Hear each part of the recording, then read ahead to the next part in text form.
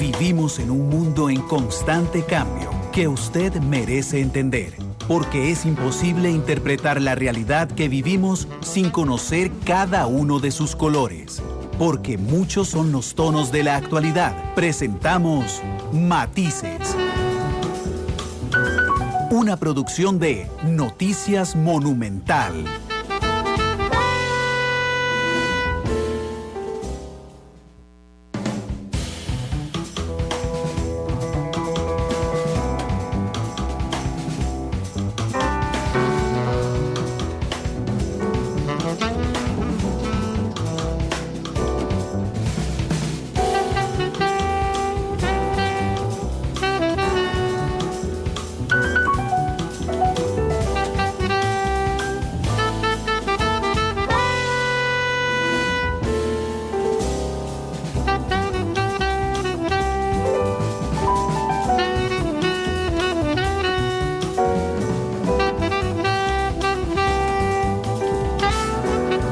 De la tarde con 7 minutos. ¿Qué tal? Buenas tardes. Yo soy Randall Rivera, director de Noticias Monumental, y les doy la más cordial bienvenida a un nuevo episodio de Matices, el último de la semana, por cierto, pero que será un Matices muy importante.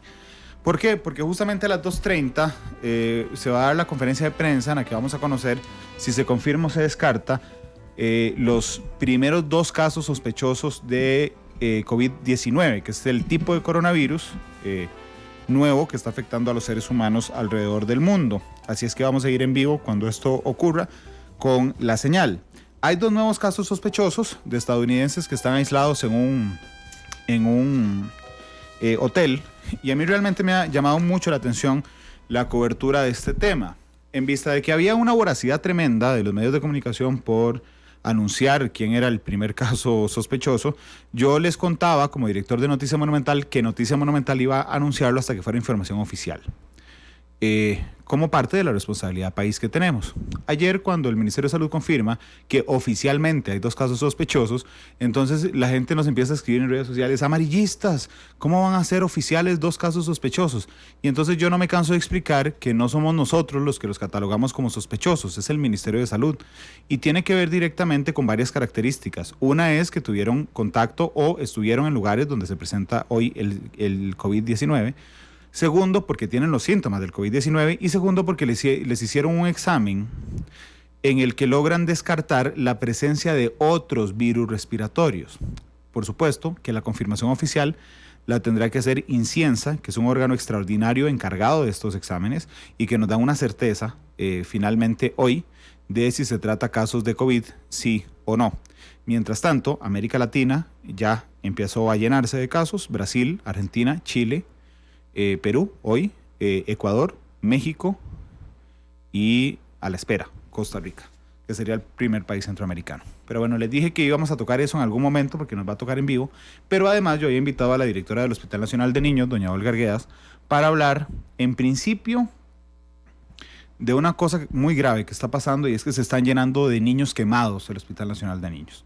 Pero además, hablar con la doctora me da la oportunidad de hablar de otro montón de cosas, como quemaduras, por ejemplo, los virus respiratorios, las vacunas, indudablemente del COVID también. Doctora, bienvenida, ¿cómo le va?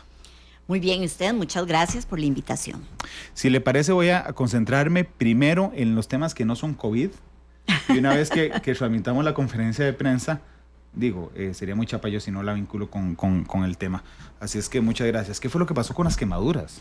Bueno, estamos preocupados porque en los primeros 2 meses de este año hemos tenido casi 60 niños, 59 para ser exactos, hospitalizados por quemaduras graves en nuestra unidad de quemados.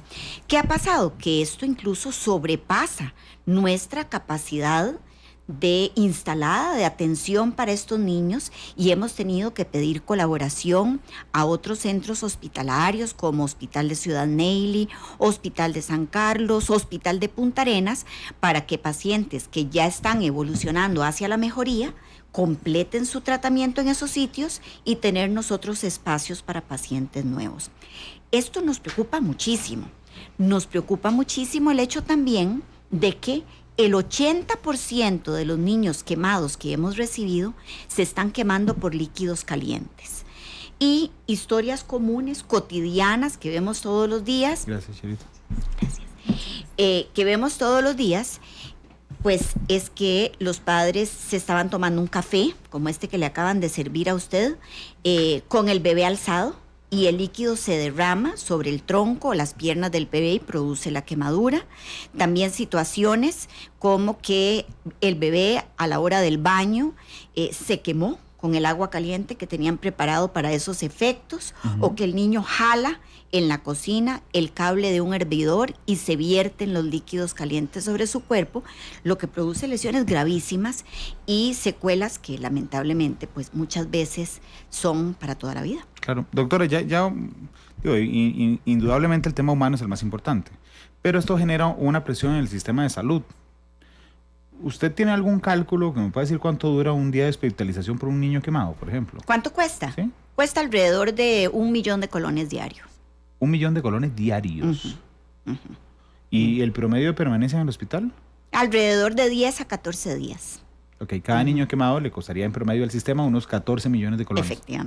Efectivamente. Y esos son cálculos muy a la baja, porque el tarifario de la caja es un tarifario muy modesto en sus estimaciones. Es probable que si calculáramos costos reales sean incluso mucho mayor que eso. Claro, pero además es un momento muy complejo para el país y para el sistema de salud. Y le genera una presión enorme. Efectivamente. Y vamos a ponerlo así, el paciente quemado requiere un abordaje muy caro, muy complejo, porque no es solo cuestión de abordarle los problemas de líquidos y electrolitos que tiene cuando llega, ni de prevenir infecciones, ni de hacer las reparaciones quirúrgicas que hay que hacer, sino que es un niño que además requiere un abordaje psicológico sumamente complejo, porque no es fácil ser sobreviviente de una quemadura. Yo no sé si todavía usan esa frase, pero cuando yo estaba en la escuela la usaban. Una quemadura duele para toda la vida. Y justamente estaba vinculado con el peso psicológico, el trauma psicológico que tiene iba a decir un accidente, pero no creo que calce bien. Un evento de este tipo. Sí, ya no la usamos, Randall, porque producía mucho estigma y producía una visión muy negativa del futuro en aquellos niños que se recuperaban. Entonces, bueno, pues ahora preferimos enfocarnos en el tema de que una quemadura no es un accidente, así como usted lo señala, es falta de prevención. Sí. Es que las familias tienen que aprender cuáles son los escenarios de riesgo y tienen que generar las medidas precautorias. Doctora, hay un montón de fenómenos sociales que pueden incidir en esta situación. Es decir, porque los mismos líquidos calientes estaban hace 40 años que en 2020 y las cocinas en su mayoría siguen generando las mismas funciones, pero algo cambió. ¿Qué es lo que cambió? Sí. Bueno, hay 2 factores sociales que yo vinculo. Uno es la pobreza, Randall. Casi siempre las quemaduras con líquidos calientes se ven en niños que viven en escenarios de pobreza. Cuarterías aquí en la zona de San José, donde en sitios muy cortitos, muy pequeñitos, donde está la cama, hay una repisa en la que tienen la olla arrocera y el calentador de agua, y en esos espacios hay niños pequeños y son un escenario frecuente de este tipo de eventos. El otro, que no está vinculado con pobreza, sino con evolución tecnológica, es la crianza distraída. Creo que ya en alguna oportunidad previa habíamos conversado de lo que es crianza distraída. Es un fenómeno de nuestros tiempos. Ya hay universidades norteamericanas que están reportando el aumento de los ingresos en los servicios de emergencias por causas como quemaduras, intoxicaciones, mordeduras de perro, caídas, desde que aparecieron en el mercado los teléfonos inteligentes. Entonces, ¿qué sucede? Los padres de los niños pequeños, que son los que requieren que los papás los estén cuidando de manera permanente, se distraen con todas las alternativas que ofrece un teléfono inteligente y en un segundo se produce este tipo de situaciones. Distracción tecnológica. Pero hay una cosa que yo estaba pensando, y usted me corrige si no está vinculado, doctora, pero yo creo la situación económica en general es complicada. Okay.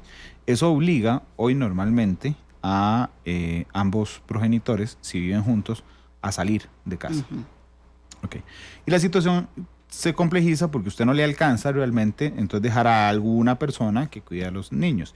Y eso hace que hoy dejemos a los niños más chiquiticos solos. Es decir, que la etapa donde los independizamos para quedarse solos en la casa arranque antes. Se han generado algunas propuestas a nivel gubernamental para evitar esto, como los centros de cuidado. Sin embargo, no hemos logrado universalizarlos. ¿Esto tendrá que ver, doctora? Yo pienso que sí, también, claro que sí. El deterioro social producido por la pobreza también se traduce en la necesidad de ambos progenitores de salir a trabajar, y también existe una situación de la variación de la red de apoyo que teníamos, porque en la familia costarricense clásica siempre habían tíos o abuelitos en casa que podían asumir esa crianza activa de los pequeñitos que quedaban a su cargo para que papá y mamá pudieran trabajar. En la Costa Rica de hoy cada vez hay menos esto. Y hay muchas familias que carecen por completo de redes de apoyo y los niños quedan con cuidadores no calificados. Sí. El ejemplo extremo, ¿verdad?, que nosotros siempre nos manifestamos de manera antagónica a esto, es el fenómeno de lo que se llaman niños cuidando niños. El hecho de que padre y madre que tienen que ir a trabajar dejan a la hermanita de 12 años cuidando de su hermanito de 5 y del bebé de 2 años. Claro. Sí, realmente es una situación compleja. Ahora que usted lo estaba señalando, recordé indudablemente mi infancia. Mi mamá salió a trabajar, yo soy el mayor, salió a trabajar cuando yo tenía 10 años. Mi hermano Juan 8, mi hermana Mónica 5. Pero era mi abuelita la que estaba. Que los cuidaba tan o mejor que su mamá. Sí, era impresionante. Sí. De hecho, le mando un beso hasta el cielo a Vita. Pero sí, digamos, sí, era impensable. Digo, a veces, un par de ocasiones me ocurrió que Vita, mi abuelita, no había llegado y tenía que esperarme 10 minutos, 15 minutos. Le confieso que como hermano mayor, a los 10 años, esos 10 o 15 minutos se me hacían eternos. Sí, claro. Porque yo no me sentía preparado por si pasaba cualquier cosa. Efectivamente, no lo estaba. Efectivamente, no nosotros no podemos transferir a los niños responsabilidades que nos corresponden a los adultos. Y bueno, en este tema de quemaduras, muchos de los escenarios de por qué se genera el evento tienen involucrados estos factores de los que estamos conversando. Digo, los celulares van a seguir existiendo y Alexa hoy existe y miles de cosas. ¿Cómo hacemos para evitar esa crianza distraída o distracción de crianza? ¿Cómo era? Sí, crianza distraída, así se llama. Yo creo que hay que generar información y hay que generar una etiqueta en el uso de los dispositivos electrónicos. Igualmente, como cuando usted recibe una visita, no se va a sentar a ver televisión, ¿verdad? Porque a todas luces es un comportamiento bastante barbárico. Los padres tienen que aprender que si están cuidando un bebé o si están empujando un cochecito, no pueden de manera simultánea estar pegados de su teléfono celular. Tenemos que llegar a entender eso, tenemos que llegar a entender que los seres humanos, no solo los niños, los adultos también, necesitamos tener horas en el día completamente libres de tecnología. Sí, pero ¿cómo hacerlo? Esa es la respuesta del acumulado de la Junta de Protección Social. No. Educación. Claro. A mí a veces me parece que hay algunas campañas que calan realmente. La de los pollitos del INSS, por ejemplo, yo entiendo que eso pegaba aquí y entonces eso genera una reacción. Hace años hubo una, no recuerdo quién era, sobre la lucha contra el robo de televisión por cable y entonces decía, usted es un ladrón, usted roba. Eso pegaba. Tal vez podríamos desarrollar una campaña de sí, claro. En el sentido de ponerle atención. Es una necesidad moderna. Entonces yo pienso que hay que desarrollar también una campaña con un abordaje moderno de mercadeo para llegar verdaderamente a la psique de todos los que la reciban y que esto impacte en una modificación de los hábitos. Gracias a Dani Sánchez, que dice, don Randall, excelente programa. Andrés Morúa dice, saludos, cualquier cobro por parte de la caja es muy bajo comparado con la medicina privada. Si la caja no existiera, nadie podría costear sus gastos de salud, estoy de acuerdo. Demos gracias por la caja, cuidémosla y defendámosla. Sí, por supuesto, y yo realmente lo celebro, yo agradezco a la caja su existencia y cuidémosla desde afuera, pero particularmente desde adentro, por favor, porque... un día de esto, yo lo he contado varias veces, estaba conversando con un directivo de la caja y entonces me decía, Randall, es que vos sos tremendamente crítico de la caja. Le dije, sí, por supuesto. Y me dijo, pero tenés que aceptar que el rol social de la caja es fundamental en Costa Rica. Le dije, absolutamente. Entonces, ¿por qué la criticas? Porque nadie está libre de críticas. Y el día que algunas, la doctora no, por supuesto, pero algunas autoridades entiendan que a la hora de criticarlo, uno está intentando cuidarla de sus enemigos externos, pero particularmente de sus enemigos internos, tal vez logremos administrarla mejor. Pero yo tengo que reconocer que el Hospital Nacional de Niños es una isla absoluta en los problemas que existen en la caja, doctora, y no pretendo meterla en temas administrativos, pero, por ejemplo, nunca hay una huelga en el Hospital de Niños. Bueno, no, yo quisiera asegurar esto, pero no es cierto. Sí hay una huelga en el Hospital de Niños. Pues, pero no hay afectación en servicios. El nivel de afectación es menor. Pero evidentemente sí, este tipo de movimientos también nos impactan, no escapamos a eso. Y bueno, ahí valga el señalar que yo comparto su visión. Las críticas hay que tomarlas siempre de una manera correcta y como un señalamiento que nos ayuda a ser mejores. Y yo comparto con usted mi amor por la caja. Ha sido mi patrono durante más de 30 años y me siento muy orgullosa de ser una trabajadora de la Caja Costarricense del Seguro Social, pero soy la primera que soy consciente que no es una institución perfecta y que tenemos miles de cosas que podemos mejorar. Hay otro tema con los niños, no solo las quemaduras, hay las mordeduras de perro, que a mí me siguen sorprendiendo realmente la cantidad que se dan al año, doctora. Sí, efectivamente, las mordeduras de perro son otro motivo frecuente de consulta en el Hospital Nacional de Niños, y no solo de consulta, tenemos que destacar que recibimos en promedio en los últimos 10 años alrededor de 30 niños por año cuya mordedura de perro es tan grave que amerita ser hospitalizado.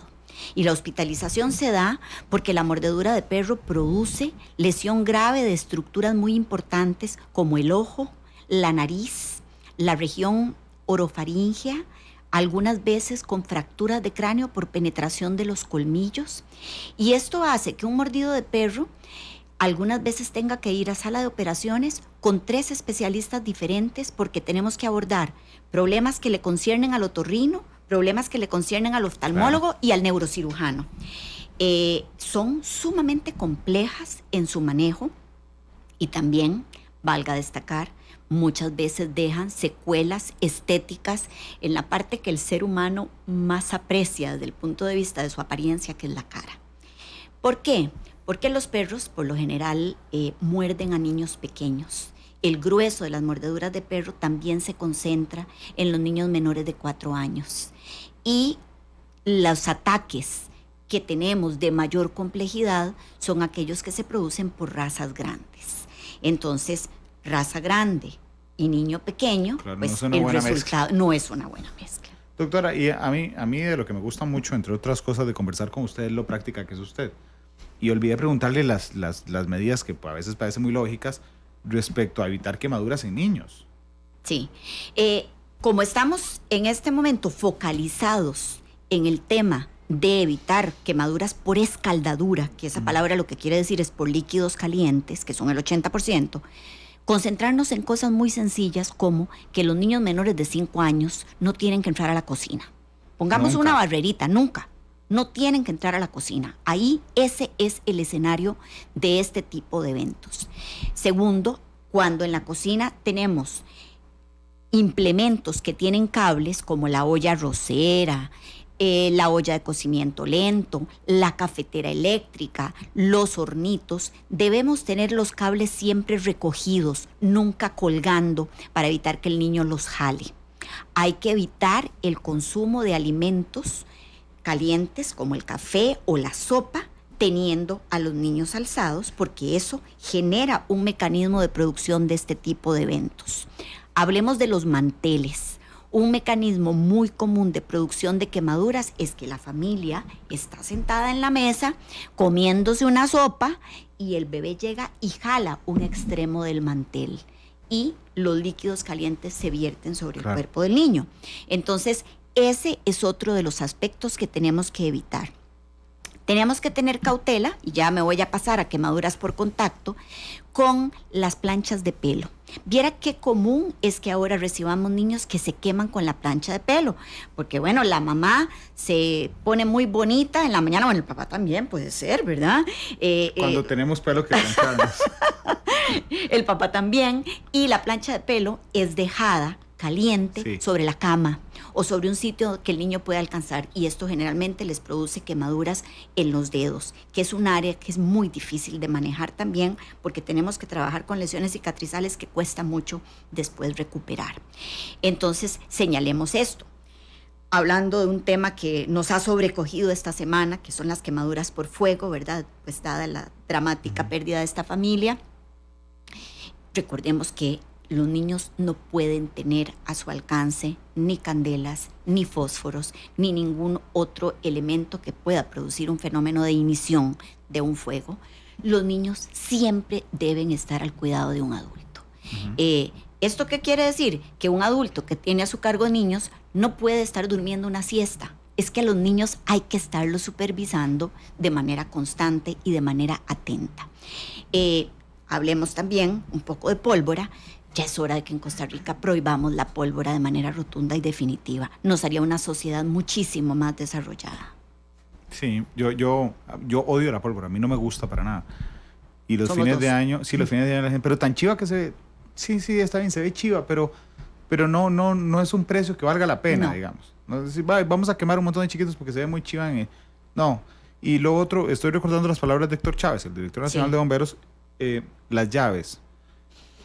Dejemos las llaves a mano. Claro. Vean, aquí no hay nadie en este edificio más desordenado que yo. Yo soy un absoluto desordenado y lo acepto. Pero aprendí a tener las llaves a la par, porque además se me pierden a cada rato, a tenerlas a la par de la puerta. No solo cuando me convertí en papá, sino por mí mismo, cuando voy saliendo para venir a la radio, necesito tener las llaves a mano, pues si no las perdí. Eso es importantísimo. Sí, desde luego, por supuesto. Y el plan familiar, que también, digamos la verdad, probablemente la mayoría de nosotros no lo tenemos. Hay que desarrollar un plan familiar para este tipo de situaciones. Quisiera hacer una observación más que no va en la línea preventiva, pero que nosotros sufrimos mucho por esto en el hospital. Y es la tendencia casi universal de todos nosotros los ticos de que cada vez que un niño o un adulto se quema, queremos ponerle algo encima a la quemadura. Y ahí, Randall, la creatividad es infinita. Hemos visto pacientes que llegan con clara de huevo, que llegan con pasta de dientes. La pasta de dientes es súper famosa. Súper famosa. Que llegan con brosa de café. Un sinnúmero de productos que lo que nos producen a los que tenemos que manejar esos niños en el hospital son solamente problemas.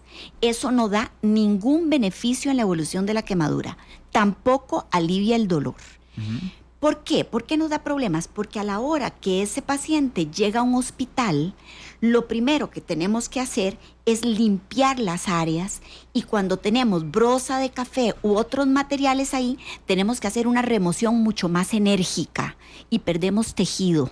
Y duele, y además la quemadura se profundiza. Claro. Entonces, ojalá que esto llegara y que por favor a ningún quemado le pongan ninguna cosa encima que no sea un pañito o una gasita limpia. Uno puede meter estoy imaginándome el brazo, en agua fría. Sí, claro.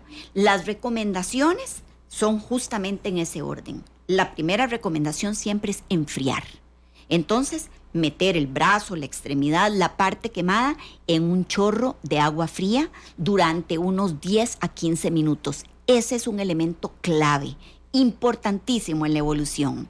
Después de eso, retirar cosas. Por ejemplo, si usted se quema un brazo, retira de inmediatamente esos brazaletes que anda, retira su ropa, porque va a ocurrir después un fenómeno de inflamación. Y si usted tiene algunos elementos restrictivos, eso nos puede poner la situación peor. Claro. ¿Verdad? Luego de ello, simplemente cubrimos con una gasa limpia y llamamos al 911 o acudimos al centro de salud más cercano. No hay que menospreciar ninguna quemadura. Claro, a eso iba yo, y se lo iba a decir como papá, y tal vez me va a poner la soga al cuello, pero no sé, ponga un ejemplo de que su hijo entró a la cocina y puso la mano en el disco, y usted inmediatamente lo atiende, ¿verdad? Lo atiende, le mete la mano en agua, y usted inmediatamente dice, qué broncón. Ahora voy yo a llevarlo al hospital de niños y me van a decir de todo, y van a llamar al servicio a trabajo social, y me van a decir que como yo lo dejé entrar a la cocina. como papá, primero están ellos. Yo no tendría ninguna duda de eso. Pero entonces, eso sí es un diablito que tenemos parado aquí en el hombro que nos ayuda a menospreciar la quemadura. Sí. Es decir, no, mejor voy a dejarlo así. Si mañana según amanece mal, según se vea, entonces me lo llevo al hospital o no. Sí. Y eso me duele decirlo, porque insisto, tal vez me estoy poniendo la soga al cuello, doctora, pero es muy común. Sí, lo entiendo. Pero en esto, como usted lo dijo, con meridiana claridad, primero los niños. No le niego que todo niño quemado se le hace un abordaje integral en el Hospital de Niños y en los otros servicios de pediatría de la red de servicios, en que siempre pues se indaga cuáles son las condiciones de cuidado de ese niño y cuáles fueron las circunstancias que mediaron que se produjera la quemadura. Pero no siempre necesariamente se generan medidas represivas a los padres, ¿verdad? Lo que se hace es consejería, supervisión, algunas veces alguna visita al hogar para mejorar la situación. Pero usted está en el hospital todo el día. Dígame si los papás no llegan a veces nerviosísimos. Sí, claro, efectivamente. Pero bueno, yo celebro exactamente, yo celebro que los papás lleguen, aunque sea nervioso, pusieron de primero a los chicos. ¿Saben por qué? Porque ellos cuentan con nosotros. Si no, yo lo hice y supongo que la mayoría de papás y mamás lo hacen. Recuérdense el día que nacieron, la promesa que hicieron. Porque todos hacemos la misma promesa en automático, ¿verdad? Siempre va a estar para vos, te voy a cuidar toda la vida. Bueno, y ejerzámosla el resto de la vida, efectivamente. Están por encima de nosotros. Así es. Así es. Y no les podemos fallar en esto. Dice Mónica Ugalde, excelente la doctora, nos hace recapacitar y pensar en que la maternidad y la paternidad son una responsabilidad gigante. Y si no tenemos el tiempo y las condiciones, pues mejor no traer niños a este mundo. Después, Mauricio Alvarado dice, el celular no solo al cuidado de los niños, sino también al manejar, sí, por claro. Y ya voy a leer los otros comentarios, porque algo me pasó con Facebook hoy. Yo siempre le comento a todo el mundo mis problemas. Ustedes son mis psicólogos, los que no saben. Pero es que no sé por qué solo me sale un número limitado de comentarios y después tengo que volver a actualizar la publicación. Mientras encuentro los otros. Bueno, no, ya los encontré. Es que hoy está rapidísimo el internet. Que por cierto, sé que hay un montón de gente esperando la conferencia. Está atrasada. No se preocupen, no la vamos a dejar de pasar. En el momento en que empiece la conferencia vamos a ir ahí. Elena Cascante que dice, yo amo a la caja. También dice Elizabeth Murillo, mi hijo cuando tenía 1 año y medio tocó un bombillo de los tradicionales de la lámpara de medianoche, se quemó la palma de la mano. Hay que tomar en cuenta esos objetos para la prevención. Sí, claro. Creo que todos nos hemos quemado algunas con un bombillo. Duele un montón, pero es peligrosísimo. Y es un mecanismo de quemadura que se llama quemadura por contacto. Y tomando el ejemplo que tan atinadamente nos da doña Elizabeth, en el área de la palma de la mano es uno de los sitios más problemáticos. Claro. Adán Mora dice, a mi hermana le pusieron tomate cuando se quemó la mano. Y le dijeron a mi mamá que eso empeoró la recuperación de la herida. Muchas gracias por el aporte, porque efectivamente la información que su mamá recibió es la correcta. No hay que poner nada, un pañito limpio encima del área quemada nada más. Dice Lenny Feinstein que mi estornudo estuvo sospechoso ahora. Sí, pero si lo estabas viendo, Lenny, seguí el protocolo, porque fue con el antebrazo. Fabio Rivera dice que está esperando la conferencia ya casi. Ansel Erling también dice, la conferencia sí suave, ya vamos a ir. El Roy Montero nos está escuchando desde Bahamas y dice que muchas gracias por el programa. Y vamos a ver, la gente que está diciendo, sí, ya está confirmado. No está confirmado. Seamos prudentes, esperemos la información oficial del tema del coronavirus, del COVID. Que es más fácil decir el coronavirus, pero que es un tipo de coronavirus, el COVID-19. Víctor Falla dice, los que tenemos hijos asumimos una responsabilidad enorme y de por vida. Hoy algunos papás no son conscientes en este tema y no entienden que uno asume una responsabilidad legal, incluso, para cuidar y proteger al menor. Las mordeduras, doctora. Vamos a la parte práctica. ¿Cómo evitamos la mordedura? Hay una que me la sé de memoria porque la adelantó ahora. No mezclemos razas grandes con niños pequeños. Exacto. No mezclemos razas grandes con niños pequeños.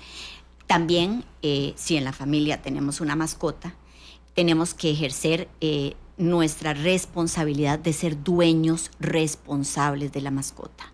Recuerden que las mascotas también merecen estar saludables, merecen estar felices, merecen estar psicológicamente balanceadas, y esto reduce el número de ataques que los niños reciban.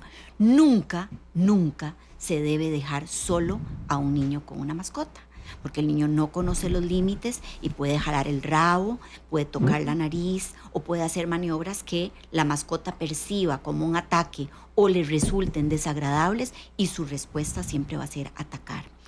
Yo quiero hacer aquí un señalamiento especial porque está muy de moda en Costa Rica tener perros grandes en espacios físicos muy pequeños. Es que se ve cool. Sí, Doc, uno toma las fotos para Instagram. Discúlpeme. Mira qué poco convincente es ese argumento para mí. Discúlpeme con eso, doctora, pero usted sube la foto de un perro enorme en un apartamento chiquitico en Instagram y se ve chivísima. Bueno, revela muchas carencias, eso diría yo. Estoy siendo absolutamente sarcástico. Sí, yo sé. Porque ese, digamos, pareciera que ese es el argumento. Sí. Uno a veces ve fotos y dice, qué foto más chiva, pero qué crueldad. Qué crueldad. Vean, eso es crueldad animal. Un perro de raza grande merece un espacio donde pueda correr y donde pueda desarrollarse de manera libre y feliz. Y esto además, si lo practicáramos, incidiría en que habría una reducción muy importante de las mordeduras que tenemos en niños pequeños. Ustedes saben que muchas veces hemos visto la situación de que uno de estos usuarios de Instagram que usted menciona se va paseando por su barrio con su perro de raza grande y ese perro produce un ataque a un niño que pasa y va cercano. Suelto. Entonces, es una moda que tenemos que trabajar en cambiar. Sí, porque ahí ya casi le brincan los pitbull lovers. Sí, prefiero los kids lovers, porque realmente es muy complejo. Yo sé que yo a veces caigo mal con esos comentarios, lo tengo muy claro. Pero digo, los seres humanos, y de verdad, yo entiendo a la gente que ama tremendamente a los animales, pero nunca están por encima de un niño. Yo creo que incluso, Randall, creo que hay espacio para el amor en ambos sentidos. Hay espacio para el amor para los animales y espacio para el amor para los niños, evidentemente. Pues para mí el amor hacia los niños es la prioridad, pero no es una prioridad excluyente. Claro. También podemos amar los animales y ejercer nuestra labor de dueños de una manera responsable. Si usted es un dueño que verdaderamente le importan, pues trate de tener una raza de mascota que pueda vivir feliz y plena en el espacio que usted le puede proveer. Vamos a ver. Heiner Álvarez dice que él pasó también por un proceso con su hija en Guanacaste, que duró 2 meses internada por una quemadura. José Alberto Chacón dice, me encanta la doctora. Uh-huh. Y aquí nos estaban contando también a alguien, dice Vilma García que sí, que a ella le pasó con un nieto, por ejemplo, y que se pusieron muy nerviosos por la investigación que desarrolló el hospital de niños. Estoy seguro, doña Vilma, y también estoy seguro que usted cambiaría que no le haya pasado nada a su nieto a cambio de cualquier nerviosismo que le pueda provocar también a la familia. Hay algo que a mí me enferma, Doc, y es una paradoja. A ver. Me enferman los antivacunas. Ajá. Es decir, las vacunas están hechas para no enfermarse. Y a mí me enferman los que están en contra de las vacunas. Porque no entiendo esa moda por inventarse teorías de conspiración que nos han costado un enorme avance científico a través de los años. Pues sí. Comparto la enfermedad, don Randall, pero yo creo que... No es contagiosa, doctora. Vamos a ver. La tendencia antivacunas tiene un antídoto. Y el antídoto es la información. Entonces, yo creo que dicha que vamos a tener este pequeño espacio para hacer llegar algo de información. Y se los voy a explicar de esta manera. Las vacunas, a la par de la posibilidad de que los seres humanos puedan tener agua potable, son las 2 medidas de salud pública más importantes en la historia de la humanidad. Más importantes. Las vacunas son víctimas de su propio éxito. ¿Qué pasó? Hace varias décadas, cuando los niños se morían por tosferina, se morían por tétanos, se morían por difteria, por sarampión, por rubiola, no había mucha necesidad de promocionar las vacunas y los antivacunas no existían. ¿Por qué razón? Porque las enfermedades estaban ahí y era relativamente sencillo para las personas el acto de ponderar. ¿Qué prefiero? ¿Una punzadita o que mi niño padezca alguna de estas enfermedades tan terribles, muchas de ellas con desenlaces fatales? Al día de hoy ya muchas décadas han transcurrido, en Costa Rica tenemos un esquema de vacunación que a mí me llena de orgullo, porque es un esquema de vacunación del primer mundo, sumamente robusto, por el cual no pagamos, porque lo recibimos de manera gratuita por parte de la Caja Costarricense del Seguro Social. Y efectivamente, muchas de las enfermedades que las vacunas previenen, hemos dejado de verlas. Entonces, ¿qué sucede? Se hacen más visibles al ojo público algunos de los efectos adversos de las vacunas que sí existen, pero en términos cuantitativos, es decir, en cantidad, nunca, jamás pueden compararse con los problemas que tendríamos si no aplicáramos las vacunas. Y este es el fenómeno que explica, junto con desinformación, junto con una serie de conceptos errados, esta moda de los antivacunas. Los antivacunas además tienen un problema y es la ausencia del concepto de solidaridad. En vacunología, una parte importantísima es la responsabilidad colectiva. Yo me vacuno contra la varicela, fundamentalmente, bueno, claro que para protegerme a mí mismo, pero para proteger a otros niños que pueden estar cerca mío, en mi caso particular, a un niño con una leucemia, a un niño con un cáncer, a un niño con un defecto de defensas, a los cuales la varicela puede matar. Tal vez a mí no me mate, pero a otros huéspedes sí. Como enfermedades que son altamente contagiosas, el sarampión. El sarampión, claro. Entonces, siempre cuando nos vacunamos, tenemos que pensar que no es solo por nuestra responsabilidad individual, sino que en el ejercicio de esta responsabilidad que tenemos con la colectividad. Sí, de hecho es muy interesante porque yo el año pasado hice una investigación académica sobre las muertes el siglo tras anterior.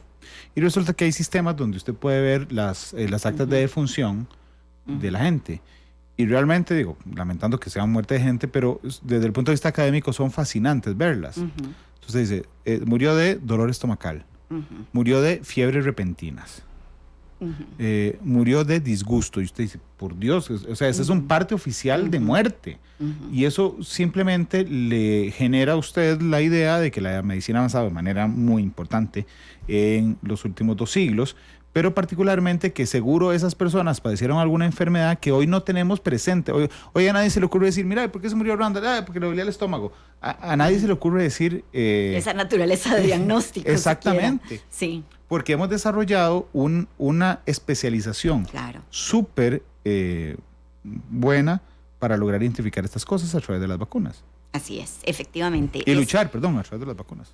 Es muy importante que las personas sepan que para que una vacuna llegue a estar disponible en el mercado, para que un Ministerio de Salud tome la decisión de incluir una vacuna en un esquema nacional de vacunación, la cantidad de evidencia científica que se debe haber generado antes de que eso suceda es una cantidad enorme.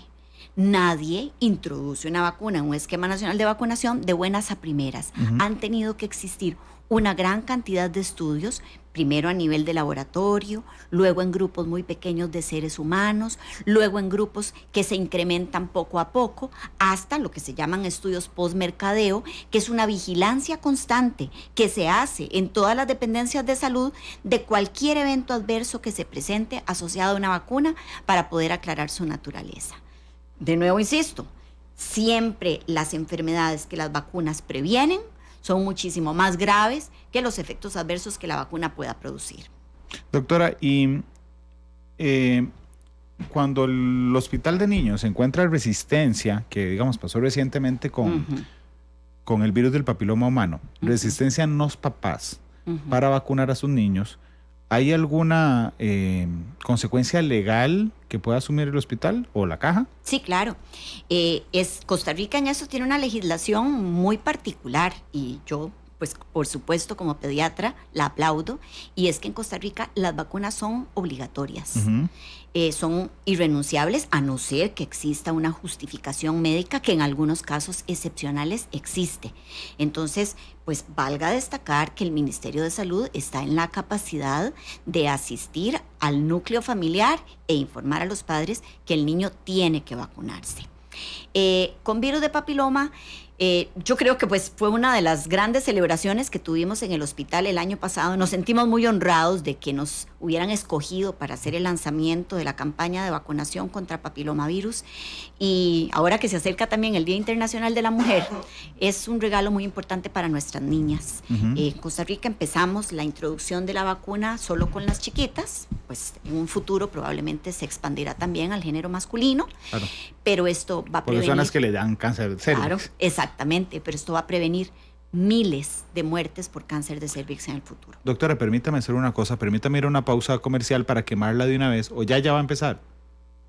Un toquecito va a empezar. Bueno, está bien. Entonces no hagamos la pausa comercial todavía, que de hecho les voy a contar, si la conferencia arranca más tarde, igual se la transmitiremos de manera completa. Es un tema en el que Central de Radios está absolutamente comprometido y Noticia Monumental, pero ya va a empezar la conferencia de prensa en la que el ministro, Karina, don Daniel, sí, en la que el ministro de Salud dará... ¿Es el presidente el que va a la conferencia de prensa? Ajá. Ok. Es el presidente de la República junto con el ministro de Salud, don Daniel Salas, quienes le anunciarán al país los resultados. Por favor, a la gente que nos está viendo, no especulemos con quienes están presentes en la conferencia de prensa. Esperemos, por favor, el resultado. Este es el momento en el que tenemos justamente que llamar a la calma y a la responsabilidad editorial, en el sentido de que es un tema al que hay que darle mucha importancia, pero no hay que ser alarmistas, porque caemos en otro. Vamos a ir a la señal. En vivo, en Casa Presidencial, se está desarrollando la conferencia. Un saludo a los integrantes de la mesa principal, señor Carlos Alvarado Quesada, presidente de la República, señor Daniel Salas Peraza, ministro de Salud. Nos acompañan también autoridades de la Caja Costarricense del Seguro Social, Ministerio de Justicia, INCIENSA, Ministerio de Educación Pública, Instituto Costarricense de Turismo, Comisión Nacional de Emergencias, Ministerio de Trabajo, SENASA, 911, Cruz Roja y OPEDES. Para iniciar, le damos la palabra al señor Daniel Salas, ministro de Salud. Muy buenas tardes, señor presidente de la República, Carlos Alvarado Quesada, todos los demás miembros del gabinete, directores de instituciones del sector salud, presidentes ejecutivos y a todos los que estén presentes en este momento. La presente conferencia de prensa es para informar que hemos confirmado el primer caso de coronavirus en Costa Rica. Es un caso importado. Se trata de una mujer de 49 años, estadounidense, que ha viajado con el esposo de la misma edad. Ellos ingresaron el 1 de marzo a nuestro país.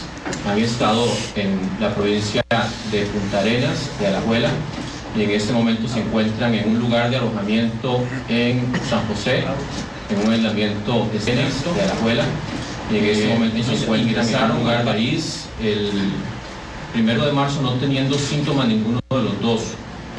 El antecedente, y es importante indicar que el señor es el que estuvo en contacto con unos casos confirmados por COVID en New York, pero él no sabía, eso se confirmó, que esos casos fueron positivos posterior al arribo a nuestro país. El señor no ha manifestado síntomas hasta el momento. La señora sí tuvo o tiene todavía un cuadro de síntomas respiratorios muy leves y también ha asociado un cuadro de diarrea y de dolor abdominal. Con base en esto, nosotros, siendo muy suspicaces, fuimos un poco más allá en lo que tenemos establecido en la definición de caso. Se le toma la muestra a la señora justamente por ese antecedente del esposo de haber estado en contacto con casos confirmados en Nueva York, Estados Unidos, y todos se procesaron esta muestra junto con las dos muestras que ya anunciamos anteriormente el día de ayer.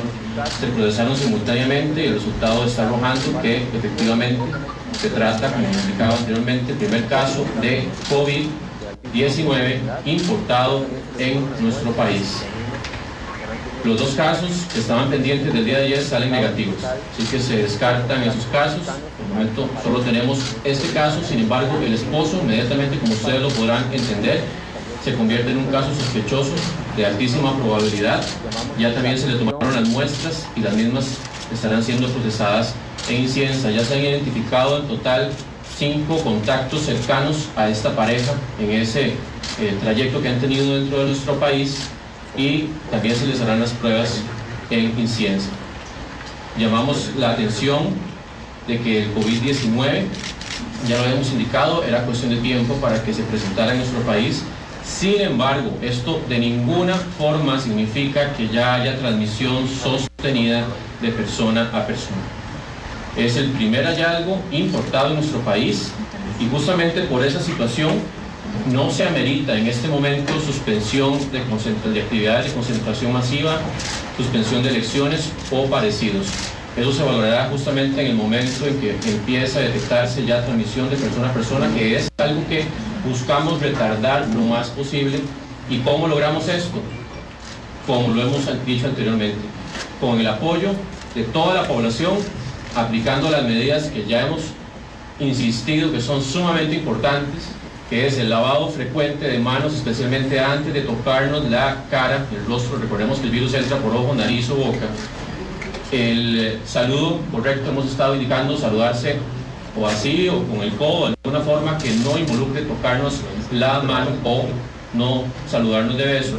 Y el protocolo del estornudo y tos, que ya sabemos que es en realidad un acto muy irresponsable a nivel sanitario, estornudar al aire libre o taparse con la boca. Tiene que ser con la cara interna del antebrazo, haciendo un sello para que las gotitas de saliva no salgan al aire, sino que se queden en esa parte. Seguimos haciendo en realidad las investigaciones correspondientes. Como le digo, ya hemos detectado 5 casos, 5 contactos de esta pareja y se estarán aplicando todas las medidas necesarias que se meriten conforme a la investigación avance. Pero para que sepan que el sistema de salud de Costa Rica es sensible, hemos actuado con toda la responsabilidad y seguidamente también el presidente va a hablar un poco más sobre la importancia de que hemos logrado trabajar de forma articulada y que eso le ha dado mucho músculo justamente a la acción país. Como lo indica el señor ministro, vamos a escuchar el mensaje del señor Carlos Alvarado, presidente de la República. Muy buenas tardes a todas y a todos y a los miembros de las distintas instituciones que nos acompañan. Quisiera solicitarles a los medios de prensa que nos permitan hacer llegar este mensaje a las y los costarricenses. Desde enero de este año, cuando se levantan las primeras alertas sobre lo que se denominó coronavirus, hoy COVID-19, país debemos trabajar en equipo.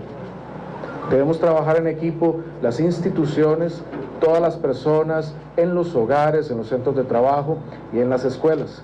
Como el ministro de Salud había adelantado, era una cuestión de tiempo por cómo se mueve este tipo de fenómeno para que llegara un primer caso a Costa Rica, como se ha determinado este primer caso importado. Depende del trabajo en equipo que hagamos, siguiendo las recomendaciones, como lavarnos las manos de manera frecuente, cambiar algo que es muy difícil y muy sencillo, nuestros hábitos de cómo saludarnos. Parece algo muy pequeño, pero es un hábito que cuesta mucho. A veces tenemos una resistencia de que si no damos la mano nos van a ver feo, como si estuviéramos haciendo algo malo. Bueno, esto es más bien todas y todos cuidarnos, en saludarnos, en dar el codo.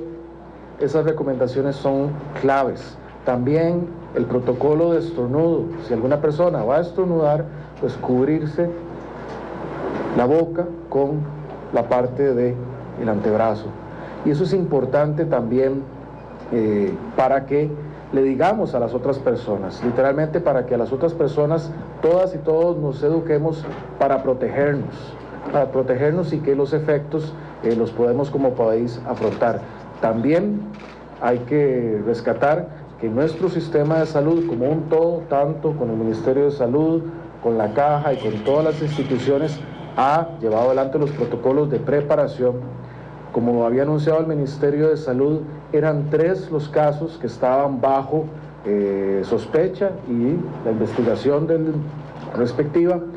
2 de ellos fueron descartados y eso a través de las pruebas que hace el INCIENSA en materia de los reactivos y el proceso para determinar si el caso es positivo o negativo, pero también un caso, que es este primero que se informa hoy a la ciudadanía, también por transparencia, obviamente, como lo debe hacer el gobierno. Este primer caso se informa, pero es porque tenemos una capacidad para hacer esas pruebas de manera pronta y oportuna. Un mensaje adicional que es muy, muy importante, además de la necesidad de como país nos unamos y trabajemos en equipo, y es el mensaje de que tomemos este tema con toda la seriedad del caso, pero con prudencia y serenidad. Toda la seriedad del caso es que seamos estrictos con las recomendaciones, con el lavado de manos, que seamos estrictos con los temas del saludo, que si alguna persona presuntamente o tiene síntomas, se apersone a un centro de salud para su valoración, no así ya sea a un centro de trabajo o a un lugar de concentración, sino que directamente a los centros de salud. Es decir, que esto lo tenemos con la mayor seriedad.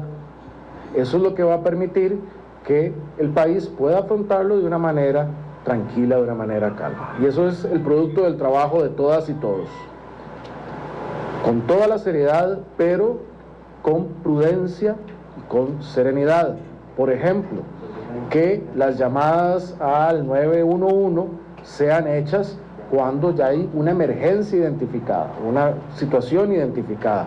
No, por ejemplo, como nos decían, ha habido casos en que alguien ve a otra persona tosiendo y llama para decir que ha visto ese fenómeno, sino que lo tomemos con la seriedad del caso, pero también con prudencia y serenidad.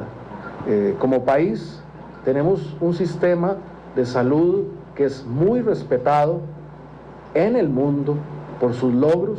Si bien somos un país con recursos limitados, tenemos logros muy de avanzada en salud, gracias a las políticas del Ministerio de Salud, gracias a la Caja, gracias a todo el personal profesional, médico, auxiliar y de emergencias capacitado que tiene el país, y a ellos y a ellas desde ya mucho es nuestro agradecimiento, porque son nuestra primer línea de ir a atender esto. A esas personas desde ya, gracias por estar a disposición para la ciudadanía.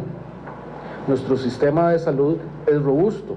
Ahora somos todas y todos, con nuestra educación como país, siguiendo las recomendaciones del liderazgo que lleva el Ministerio de Salud, y en este caso el Ministro de Salud, el doctor Salas, es que trabajemos juntas y juntos.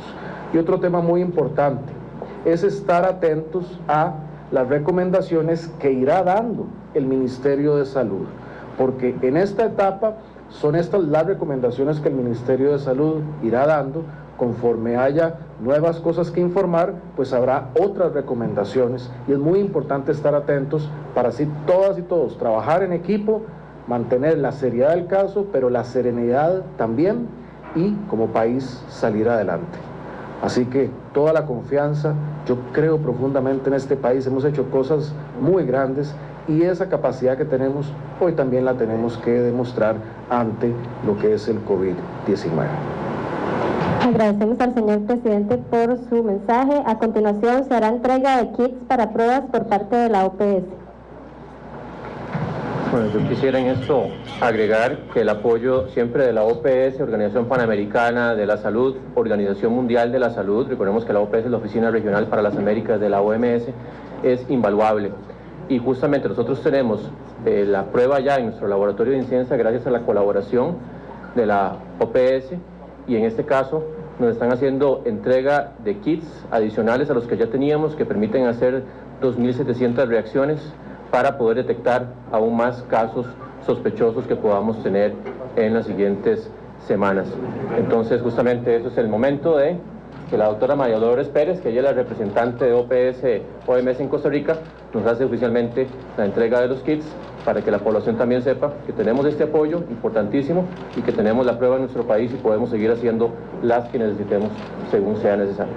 Muchas gracias, doctor.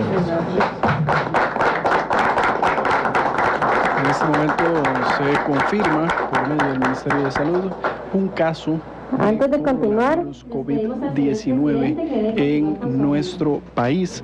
Se trata de una estadounidense de 49 años que llegó el pasado 1 de marzo a nuestro país. El domingo llegó a nuestro país sin síntomas al aeropuerto Juan Santamaría, visitó Alajuela y Punta Arenas. En este momento se están realizando investigaciones desde dichas áreas para darle seguimiento a los contactos, así como 152 personas que viajaban en el vuelo con estas personas que llegaron. Y lo que en este momento está confirmando el Ministerio de Salud es que se trata de una persona aislada en un hotel en San José. Porque recordemos que en este momento no hay transmisión de persona a persona en nuestro país, la transmisión, o sea, no hay transmisión de hecho demostrada.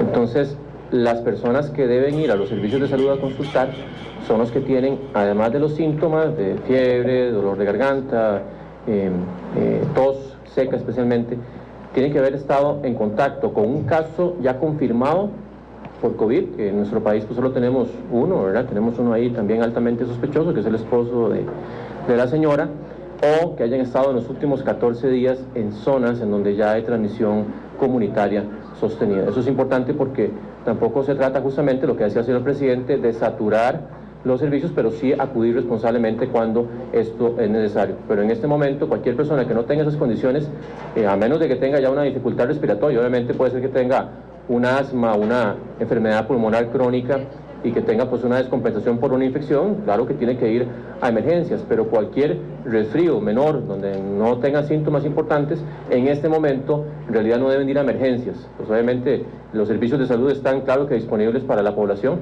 pero es una aclaración importante hacerla porque en el contexto que tenemos no hay transmisión activa sostenida. Y vuelvo a insistir, el COVID-19, los pacientes están completamente estables, el COVID-19 ya hemos indicado se comporta muy similar en la gran mayoría de los casos a un resfrío, no tiene complicaciones y no es en un porcentaje menor que son las personas con factores de riesgo. Eso también porque lo que llamaba el presidente, no entrar en pánico, es informarse adecuadamente, y en esto yo voy por favor también a llamar la atención, porque yo sé que a raíz de este caso van a empezar a generarse muchos mensajes en WhatsApp, muchas cosas inexactas, muchos mensajes que justamente lo que van es a hacer más pánico. Y yo quiero aquí decirle a la población, estamos siendo sumamente responsables en el manejo de estas personas, e igual, si fuera, que eso es muy probable que ocurra, transmisión sostenida de persona a persona, tiene que estar con la mente fresca, no exacerbarse, no pensar que este virus, como le digo, va a provocar una mortalidad en el país fuera de los cánones que ya vemos generalmente con otros virus. Esto es un asunto que tenemos que estar monitorizando constantemente, pero que la población, insisto, tiene que colaborar. Si no colaboran, si no practicamos lo del saludo, no con la mano, del protocolo del estornudo, del lavado de manos frecuentes, de tocarnos la cara y no ir a lugares de concentración masiva si ya está con síntomas, sí vamos a tener una transmisión más importante, y sobre todo lo que queremos es que esa transmisión, cuando se dé, sea modulada, no incrementada muy abruptamente. Y eso estamos totalmente conscientes y confiados de que la población va a atender ese llamado. Ahora sí, por favor. Don Daniel, estamos en vivo para Canal 6. ¿Qué va a pasar con esta persona? ¿Se mantiene ahí o la van a trasladar a algún hospital? No. Y además también hay mucho miedo entre la población. ¿Qué va a pasar con las personas de Punta Arenas y demás? Disculpe, Canal 7 estaba primero. Sí. ¿Qué seguimiento se le está dando a estas 5 personas que tuvieron contacto con matrimonios extranjeros, son nacionales, de actividad en el sector turismo, en el hotel, eso por un lado? Y por otro lado, el temor de la población en este momento es que los racionamientos de agua vayan a dificultar el lavado efectivo de manos. ¿Qué le decimos a la gente en ese sentido? Bueno, primero, el perfil de las personas contacto de esos son personas que los han... Recordemos que el contacto, hablamos de contacto cercano, contacto ya de cierto tiempo en donde ha estado en una distancia corta, ¿verdad? De 1 metro o menos incluso, y no es cualquier persona que estuvo, que solamente les dijo hola, ¿verdad? O que los trató, o que los llevó a algún lugar. Eso no es un contacto cercano, ya es un contacto donde hay una aproximación mucho más cercana y un compartir un poquito más, ¿verdad? Y eso es importante, pues los casos sí, los contactos han sido principalmente internos, ¿verdad?, de Costa Rica, pero ya están siendo justamente en ese abordaje, la investigación está continuando y en esta tarde justamente están ya siéndose abordados para monitorizarlos eventualmente en caso que desarrollen algún tipo de síntoma.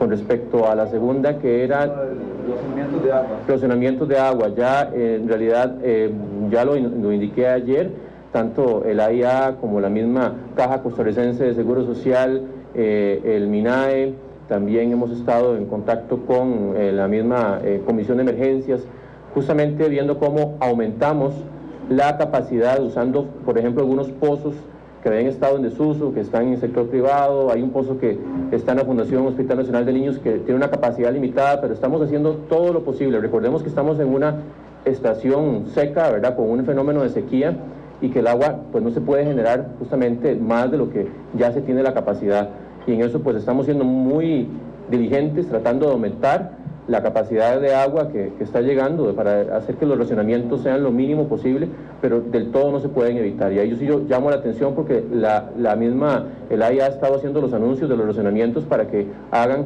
la recolección responsable del agua con tiempo y se laven las manos, e insisto, la gente que se lava las manos se va a lavar las manos, o sea, eso lo van a prever, porque aquí ocupamos que sea un hábito, no que sea un pretexto, porque yo sé que esto dificulta, no quiero ser insensible, pero el que está acostumbrado a lavarse las manos acumula el agua y lo va a seguir haciendo. Seguimos con el compañero de La Teja y después Repretel. En este momento el Ministerio de Salud confirma el primer caso y continúan las consultas. Están preguntando sobre el perfil de las edades de las personas. Y además del tratamiento que empezando por el recibiendo. tratamiento, son pacientes que están en realidad desde el punto de vista respiratorio completamente estables. El señor no tiene ningún síntoma, la señora lo que ha tenido es una congestión nasal. Más bien, incluso ahorita lo que está más siendo manejado es el asunto, incluso la rehidratación oral por el cuadro de diarrea que ha tenido, pero no requiere ningún tratamiento específico. En el momento que eventualmente hubiera algún tipo de dificultad respiratoria progresiva, que posiblemente ya no se va a presentar por el curso que han tenido, entonces ahí sí ameritaría justamente el traslado hospitalario para el manejo que corresponda. El perfil de ellos, ya indicamos, es una pareja estadounidense de 49... ¿Perdón? Sí, ¿cuál es la pregunta específica con ellos? Son personas que justamente en su actividad, digamos en la cadena de turismo, que puede ser de actividades de aventura o el mismo hotel, han tenido ese contacto más cercano. Ese perfil todavía no lo tengo acá a mano de los contactos, pero sí ya están siendo justamente abordados. Y las personas estadounidenses, ya lo dijimos, son de 49 años, que pues una pareja que en este momento pues ya indicamos, el señor incluso ya se le tomó la muestra también, porque no ha tenido síntomas y se va a estar haciendo analizada entre hoy y mañana, ¿verdad?, ya para tener los resultados. Alajuela, Punta Arenas, y en este momento están en San José. ¿Repretel? Sí. Doctor, buenas tardes. En el caso de estas personas, ¿por qué no trasladarlas a un hospital? Por ejemplo, mantenerlas aisladas en este hotel. Segundo, con esas personas que tuvieron contacto, ¿sí van a hacer el monitoreo, decirles no salgan de su casa, o una llamada telefónica o un chat como lo habían manejado con las personas que vinieron de Corea? Sí, ya hemos dicho que en realidad los casos que tengan algún tipo de complicación o alguna dificultad para mantenerlos en un aislamiento domiciliar son los que eventualmente ameritan trasladarlos al hospital. En ese momento ellos están estables, están en un lugar que justamente cumple con condiciones suficientes para mantenerlos en ese aislamiento, con un seguimiento absolutamente cercano por parte de las autoridades de salud. Y los contactos, pues dependiendo justamente de los síntomas, vamos a hacer el monitoreo. Recordemos que el periodo de incubación es de 14 días y es el monitoreo que estaremos haciendo desde el día del último contacto con las personas que están en este momento en aislamiento. ¿Turistas cuánto iban a permanecer aquí en el país y cómo sería, digamos, la salida eventual de ellos? Eso depende también del periodo máximo de transmisión. Se le tendrán que hacer pruebas de seguimiento para ver que ya no estén con el virus positivo en las secreciones, y eso pues tomará algunos días. Todavía eso lo vamos a estar manejando. Es importante indicar que de todos modos ya también el ICT puede hacer justamente cubrir eventualmente los fondos que hagan falta para mantenerlos los días necesarios. Compañero. Para Canal 13, usted habla de lo que se va a hacer con la gente que pudo tener contacto con ellos en Punta Arenas, Alajuela y ahora en San José. La pregunta es si en el avión en el que venían se va a hacer también un mapeo de con quiénes venían, si ya se está haciendo la localización de estas personas y demás. Tal vez se nos puede aclarar sobre esa parte. Sí, recordemos que en realidad la búsqueda, pues obviamente son todos los pacientes, todas las personas que venían en el avión, ¿verdad?, los que se tratan de identificar, sobre todo para darle las indicaciones. Ya se le dieron indicaciones de que si tienen síntomas que reporten. Sabemos que muchos justamente venían de tránsito, otros ya abandonaron el país, como pasó también con los casos que anunciamos anteriormente, pero se hace sobre todo una búsqueda más minuciosa de las 3 filas que están anterior y las posteriores a los casos. Y eso ya estamos justamente trabajando con la aerolínea respectiva para tener esa información y hacer ese rastreo. Sí. Lorena. Ministro, buenas tardes. ¿Podríamos decir que el esposo tiene mejores defensas que la señora, ya que él todavía no ha presentado ningún síntoma? Además, consultar sobre el personal que está atendiéndolos a ellos también, cómo se están protegiendo, qué están utilizando. El personal está usando todo el equipo necesario de protección y eso pues ya incluso tenemos la coordinación con la Caja Costarricense para los apoyos necesarios. Y no se puede decir que el sistema inmunológico del señor sea mejor que el de la señora, simplemente los organismos se comportan diferente. Sabemos que hay un factor de riesgo para enfermedades, sobre todo gravemente, que es un asunto del sistema inmunológico, ¿verdad? Disminución de la actividad del sistema inmunológico, pero en este caso recordemos que hay un porcentaje que ya se ha determinado, más o menos que anda en un 1.6, un 2% de personas que no presentan síntomas y que eso se manifiesta todavía más con los niños, pero que en realidad ese porcentaje podría ser mayor. Podría ser mucho mayor y eso también nos refuerza el hecho de que pues, la enfermedad en un alto porcentaje lo que ocurre es un resfrío leve o incluso hay personas que no portan de todos síntomas. ¿Los síntomas los ha presentado en pocos días? ¿Podríamos decir también o descartar que él vaya a tener alguno ya?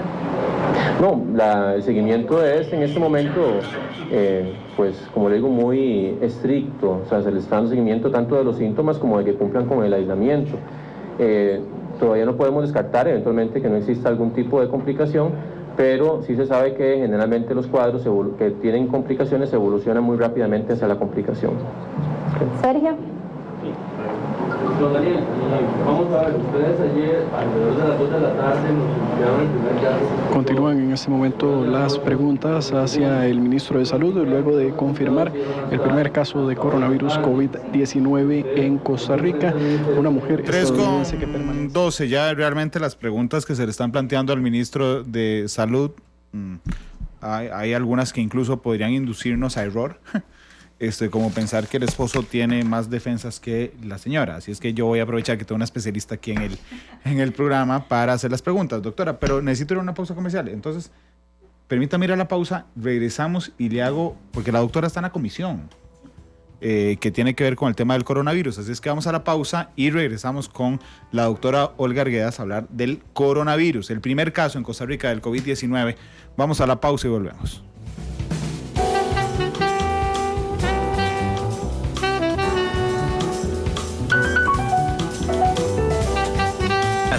Esto es Matices.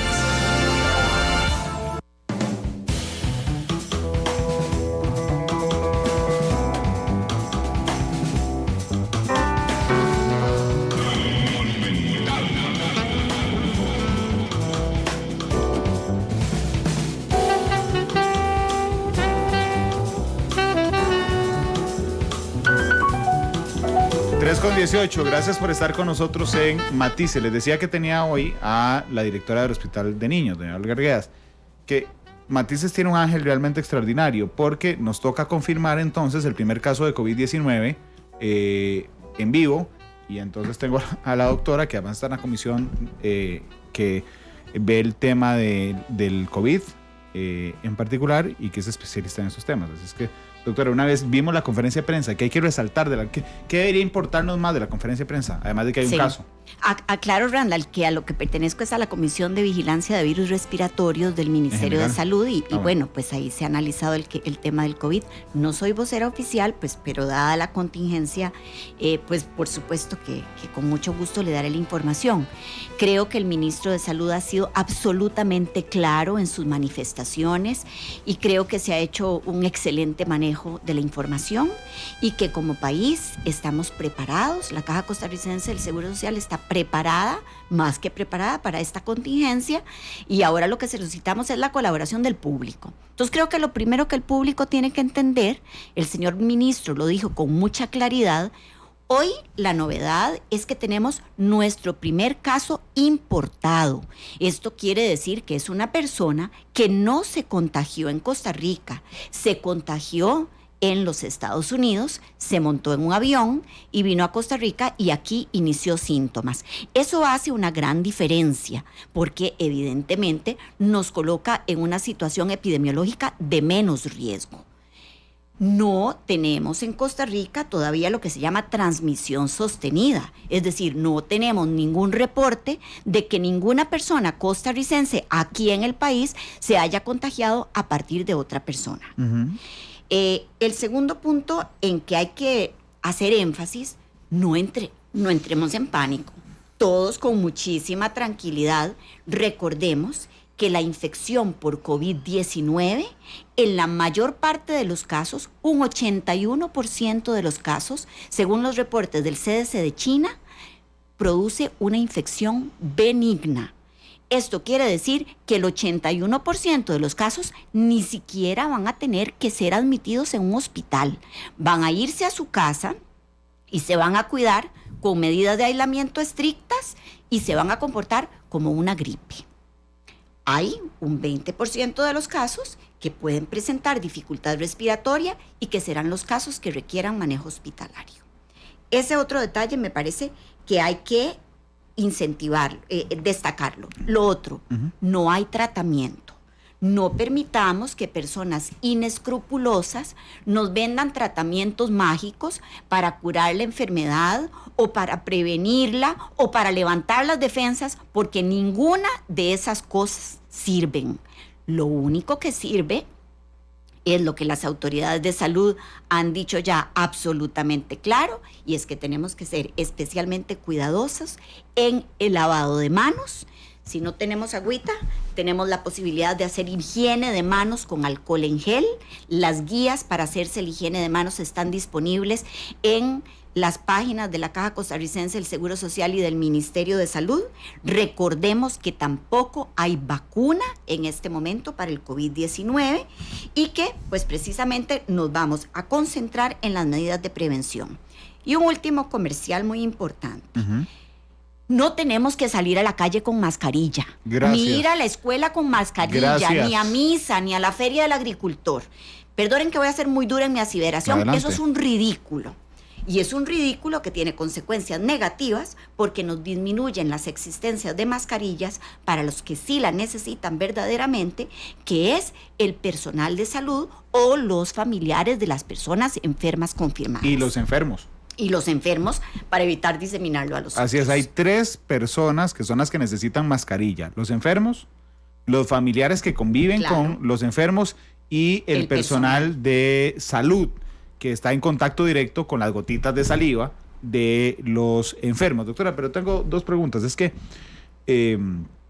hoy en la mañana no había alcohol en gel en ningún lado. Digamos, también hicimos esa indagación. Esa indagación, y realmente es un ridículo que vayamos a comprar 15 botellas de alcohol en gel, digamos. Sí, no.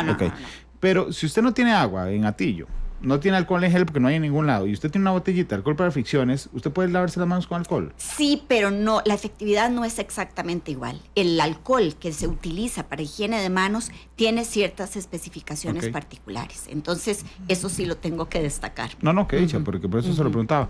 En los objetos, en la mesa, ¿con qué lo limpiamos? Sí, las mesas, las superficies se limpian con una solución de hipoclorito de sodio, ¿verdad? Que es cloro, con una dilución especial, no tiene que ser cloro puro. Si no pasa, desecha la ropa. Vamos a desechar la ropa, pero sí se requiere limpieza de superficies, que de todas maneras en todos los hogares costarricenses de rutina sacudimos y limpiamos superficies. Bueno, ahora vamos a incentivar la limpieza de superficies utilizando hipoclorito. Aquí me estaban diciendo, Randall, que eso es una conspiración del Ministerio de Salud porque no dijeron nada de los casos de Guápiles y Heredia. Sí lo dijeron. Son negativos. Dieron descartados, no tienen COVID. Ni la señora de 52 años de Guápiles, ni la señora también, o muchacha, no sé, de 49 años de Heredia. Las 2 dieron negativo. El que está dando positivo es una turista estadounidense que está en un hotel, que por cierto, aquí nos están preguntando en cuál hotel. Vean, no, pero no solo por conveniencia, es decir... Por ética. Por conveniencia, porque digo, van a quebrar el hotel, que además por un accidente tiene... Por ética hacia los pacientes. La señora está enferma, claro, y necesita consideración. Pero además hay una ley que ha sido muy famosa durante los últimos días, que es la Ley de Manejo de Información Pública. Que todos acusamos a la UPAD de violar, ¿se acuerdan? Bueno, esa ley dice que los datos de salud, igual que la Constitución política, son privados.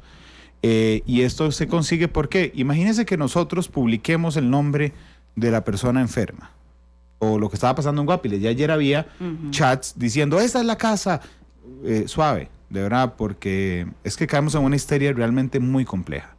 Y uno es eso, el otro es que vamos a victimizar a la gente que ya de por sí está victimizada. No debe ser bonito estar en otro país, y aunque usted pase viendo películas y comiendo y tomando sopa pollo cuando tiene COVID, porque realmente los síntomas en el 80% de los casos es como estar resfriado o tener un catarro, digamos. No debe ser bonito estar lejos de la casa, saber que estás en cuarentena, tener miedo de que estés en el otro 20%,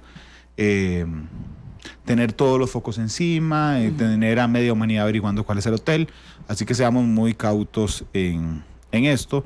Y también muy solidarios. No se olvide de lavarse las manos, pero no solo porque está el COVID, las manos tenemos que lavarlas siempre. Si usted trabaja en una empresa, simplemente no entre en histeria, simplemente dígale a su jefe, pueden garantizar que siempre haya jabón en los baños, por ejemplo. Que haya servilletas. A los restaurantes, y hoy me lo decía un buen amigo, dueño de un restaurante, que le pidió a los clientes que por favor no le dejen las servilletas encima del plato, que a veces usted se retira al restaurante y deja el plato con las servilletas, y eso la gente que recoge los platos, que es horrible, por favor, si pueden levantarse a dejar los platos es más educado. Pero digamos, si usted es de los que deja los platos, no deje las servilletas arriba, bote sus propias servilletas, porque si no exponemos a gente que realmente no tiene nada que ver con nosotros. Yo hoy decía, en el sistema de transporte, por ejemplo, doctora, ahí frente al Hospital de Niños pasan todos los buses de San José. ¿Usted ha visto cómo la gente va como sardinas de pie? Sí. Yo llamaría también a las empresas autobuseras a decir, tengan un poco de paz, porque realmente uno va encima de la gente en los buses, particularmente cuando va de pie. Sí, no deben exceder su capacidad de ocupación. Aquí pues valga el recordatorio de que la distancia de seguridad entre una persona positiva y su vecino más próximo tiene que ser mayor de 1 metro. ¿De 1 metro? De 1 metro. Imagínese. Sí, entonces pues tengamos en cuenta esto y destacar que las personas que tienen factores de riesgo, personas que padecen del corazón, personas que tienen hipertensión arterial, personas diabéticas o personas que tienen compromiso en su sistema de defensas, por ejemplo, porque tienen cáncer y están recibiendo quimioterapia o porque toman medicamentos inmunosupresores, son personas que merecen una protección especial de todos los demás, de todos nosotros, los que estamos sanos, y tenemos que evitar convertirnos en diseminadores de esta infección. Hay 3 nuevos países en América Latina que hoy han confirmado sus primeros casos. Costa Rica, que es el primero en Centroamérica. Colombia acaba de confirmar su primer caso. Perú confirmó hoy. Brasil ha confirmado. Chile ha confirmado. Argentina ha confirmado. México ha confirmado. Esos son los países. Alguien me dijo en la mañana Puerto Rico, pero es que recuerden que Puerto Rico es un estado asociado libre de los Estados Unidos. Y Estados Unidos, por supuesto, de esta parte del mundo, son los que han confirmado los casos del coronavirus. El Vaticano lo confirmó también en la noche de ayer. El Vaticano tiene su primer caso. Así es que, por favor, guardemos la calma y seamos responsables, seamos cuidadosos y lavémonos mucho las manos, no nos toquemos la cara, saludemos. Vean, a mí me cuesta un montón, realmente, a mí me cuesta. Yo hoy lo intentaba hacer. Ayer dije, no le voy a dar la mano a nadie, y terminé dándole la mano como a 15 personas. Hoy dije, no, hoy sí tengo que ser más fuerte, y le di a 8. Pero a mí me dio el codo. Sí, doctora, pero yo le iba a saludar. La doctora aceptémoslo, la doctora fue la que me dijo, Randall, el codo. Yo, ay, sí, cierto. Pero bueno, muchas gracias por haber venido, doctora. No, gracias a usted, Randall. Yo no le pregunté la canción. Pero ya yo la dije. Se me adelantó. Sí, me adelanté. Seleccioné una canción que va, digamos, orientada a la celebración del Día Internacional de la Mujer. Por favor. A la conmemoración, perdón, esa es la palabra correcta, que es de una autora costarricense, de Debbie Nova, que además me encanta y pues la quiero apoyar en su carrera. ¿Cuál canción de Debbie Nova? La última. Quédate. Sí, es buenísima. Y además Debbie Nova es buenísima. 3:29. Hasta luego a las 7, la tercera emisión de Noticias Monumental con todos los detalles del primer caso de COVID-19. El lunes a las 2 de la tarde tendremos indudablemente también a un especialista en salud que nos ayude a entender la evolución de lo que ocurre esta semana con el COVID-19. Hasta luego y feliz tarde.